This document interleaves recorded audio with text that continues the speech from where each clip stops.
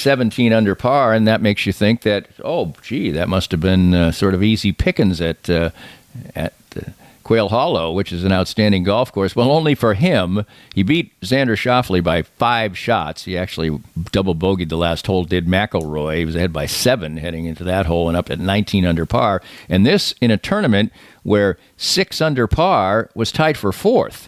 Even par got you a top 25 in this particular event, and McIlroy was 17 under par. He was behind by 2 after 7 holes after Schauffele made an eagle, and then he went 8 under par for 8 holes to catch, pass, and leave in the dust Xander Schauffele, who wasn't very good on the weekend, at just 1 under par after a sizzling start to the event. Schauffele is not won in a couple of years, and he's let some 54-hole leads get away, 6 out of 8 now for him in his career.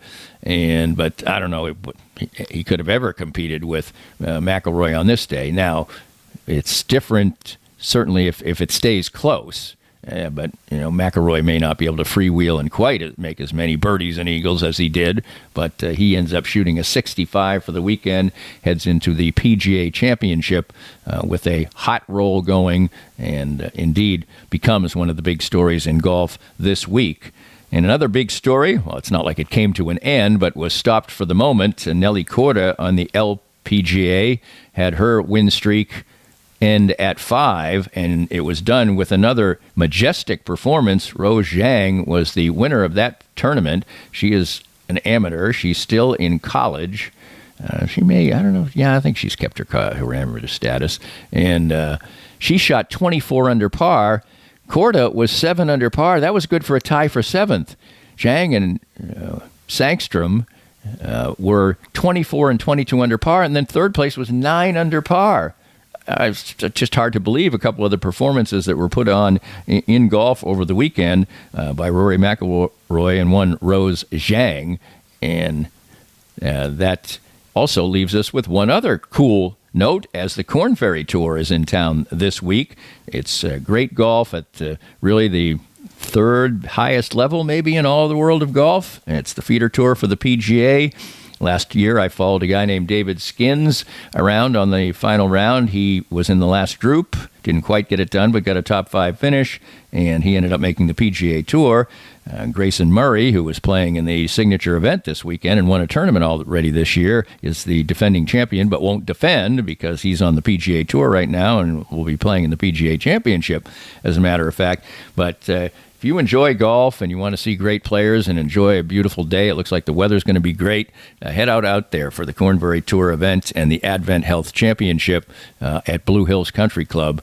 I know I'll be out there and probably doing a little podcasting as the week goes on. So if you're a golf fan, take a little time away, maybe on a Thursday or Friday, or DVR the golf of PGA Championship, and go out to Blue Hills and enjoy some very, very high-level golf. That should be a lot of fun. NBA and NHL playoffs continue to cruise on, and in the NBA, what we've seen is it just shows how narratives in sports change so quickly. As of just a few days ago, people were crowning the Timberwolves now as the team to beat after they thumped the Nuggets, the defending champions, in the first 2 games of the series.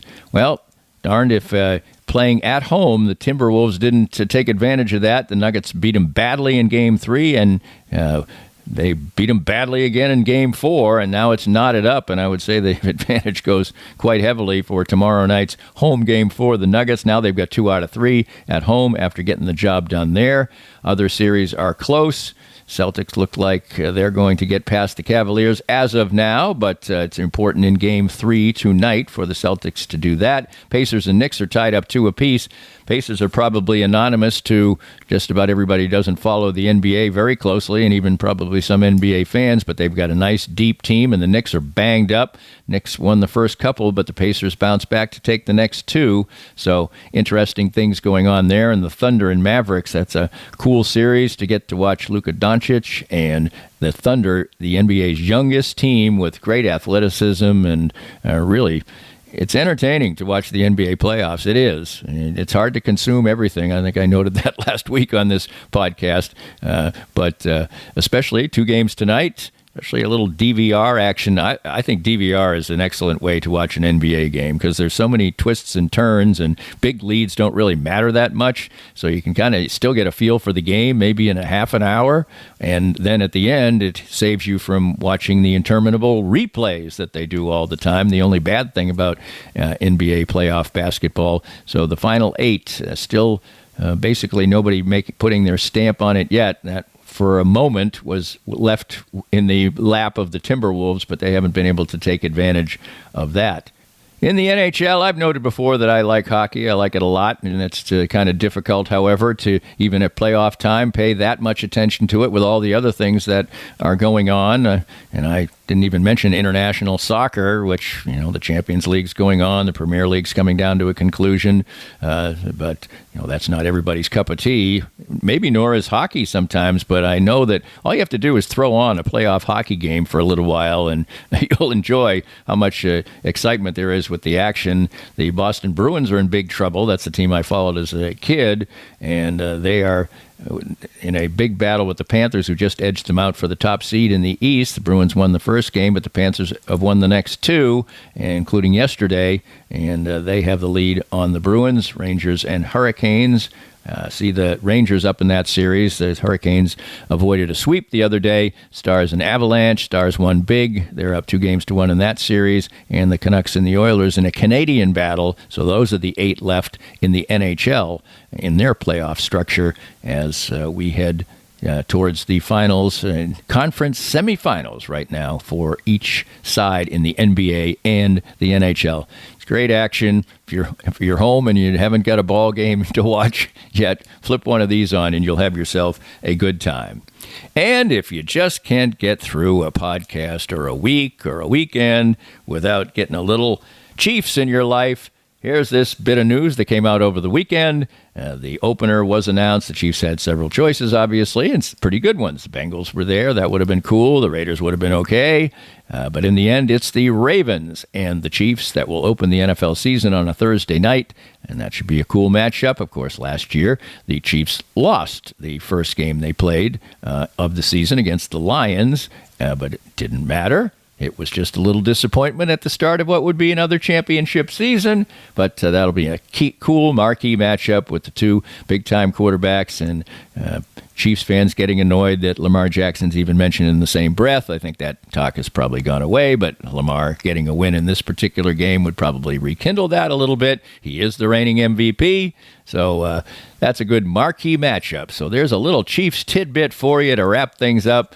Doesn't that feed a little bit of your taste, your needs for speed, and need for the Kansas City Chiefs and a little Patrick Mahomes and Taylor Swift and Travis Kelce. And so the next stop is June minicamp. So there's a little breather here in the NFL, although most people can't get just enough. So there you go. Little Chiefs fix to wrap it up here on Monday Musings. Danny and Friends Sports Wrap.